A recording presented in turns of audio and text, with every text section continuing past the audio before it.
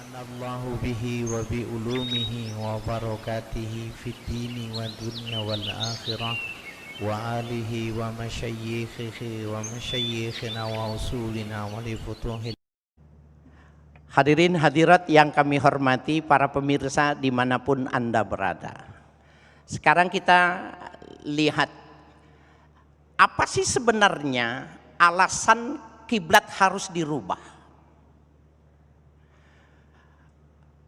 Jawabannya tidak lain, Allah memberikan jawaban secara langsung karena itu dipertanyakan oleh semua orang yang mengikuti Rasulullah Sallallahu Alaihi Wasallam.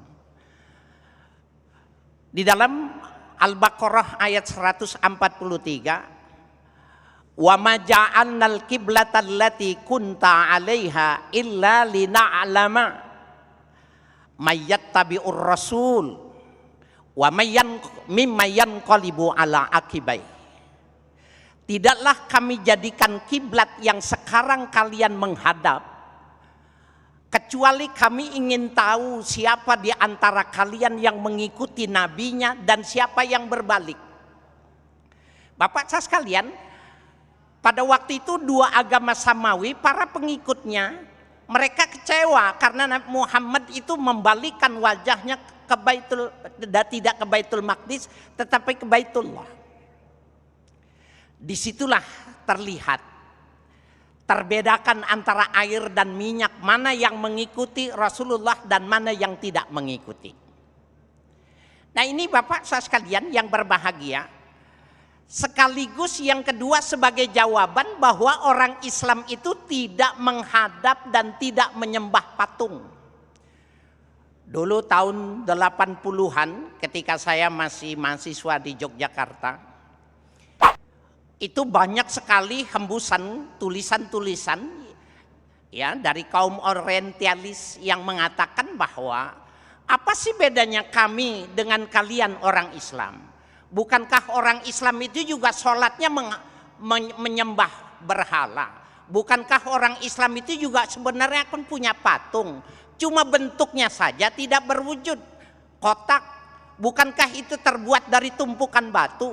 Apa bedanya dengan kami menghadap pada patung-patung yang kami buat oleh para pemuka-pemuka untuk dijadikan pedoman? Bapak, itu menjadi jawaban yang mesti kita jawab. Ternyata Bapak saya sekalian, kita tidak menyembah berhala, kita tidak menyembah Ka'bah. Kita cuma diberikan kebersamaan. Jadi dari jauh orang akan lihat kalau sholatnya madhab ke barat pasti pengikut Muhammad. Sebenarnya itu yang ingin diharapkan. Yang kedua, kenapa sih mesti menghadap dijadikan sebuah keseragaman? Ternyata seragam seperti ini seragam nih. Orang dengan seragam itu mudah dikenali, betul Bu? Apalagi nanti kalau ibu umroh. Siapa yang belum umroh? Mudah-mudahan umroh semua, amin. Bapak saudara sekalian, seragam putih mudah dikenali. Karena memang nanti di akhirat juga kita akan dikenali dari wajah-wajah kita yang berpamor, ya, dari bekas wudunya.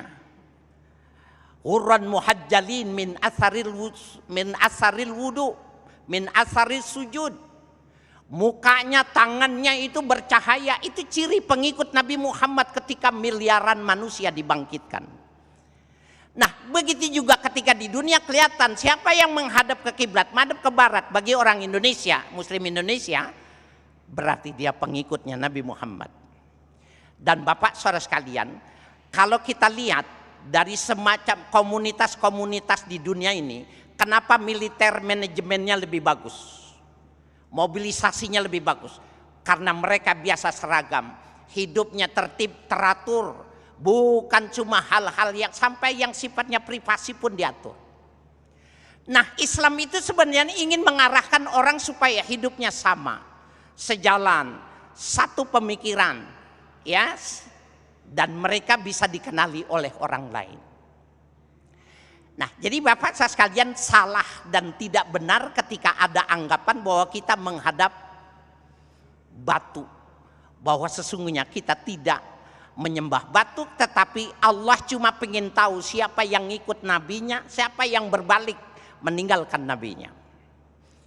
Jadi tidak ada di dalam teologi Islam itu patung atau benda-benda yang disembah. Salah satu yang menarik Bapak saya sekalian, di dalam tafsir Marah Labid, karya dari bangsa Indonesia, ulama besar Syekh Nawawi Al-Bantani, ketika menjelaskan tentang itu, ada satu ayat yang menjelaskan walikullin wijhatun huwa muwalliha. Pada semua hal, pada semua kehidupan itu wijhatun, ada arah. Yang dimaksud wijah ini adalah wijhatul kiblat, ada arahnya. Huwa muwalliha, Allah yang suruh, Allah yang mengarahkan. Sekarang madhab sini, sekarang madhab situ. Mohon maaf Bapak saya sekalian, kalau saja tiga agama Sawawi pada waktu itu bisa bersama, barangkali tidak dirubah. Nah, kita lihat di dalam tafsir Marah Labid dikatakan, bukan cuma manusia, orang yang melakukan sholat bukan cuma kita Pak. Bangsa malaikat pun, mereka sholat itu punya kiblat. Di dalam tafsir itu dikatakan, wal muqarrabun, ya, kiblatuhul arsy. Malaikat-malaikat muqarrabun itu kalau melakukan ibadah, ritual ibadahnya itu menghadap arasnya Allah. Siapa itu malaikat muqarrabun? Hamalatul arsy, ya, waru asaum salasah. Pemimpinnya itu tiga, Jibril, Mikail, Israfil. Ini kalau dia mau beribadah, dia menghadapnya. Malaikat muqarrabin itu ibadahnya menghadap al-arasnya Allah. Waruhaniyun kiblatuhul kursi, malaikat ruhani. Siapa itu? Himayatul khalq fin naum wal amal, malaikat yang memelihara orang ketika sedang tidur. Bapak Ibu sekalian, ketika tidur roh kita itu keluar, mati sebenarnya kita. Nah, dipelihara rohnya supaya tidak diambil oleh malaikat rohaniun. Mereka kalau melakukan ibadah menghadap kursinya Allah Subhanahu wa ta'ala. Begitu juga malaikat-malaikat karubiyun, mereka itu melakukan ibadah menghadap Baitul Ma'mur, di atas langit yang ditetapkan oleh Allah. Itulah yang dimaksud hadis dengan walikullin wijhatun huwa muwalliha. Nah, jadi betapa penting kita punya arah, punya ikutan. Jadi kalau ibadah namanya kiblat, kalau ke masyarakat punya pemimpin, kalau dalam pergaulan punya idola, itu adalah nama-nama yang diberikan oleh pergaulan. Ibadah harus menghadap kiblat. Bermasyarakat harus punya pimpinan. Ya, berkehidupan harus punya idola.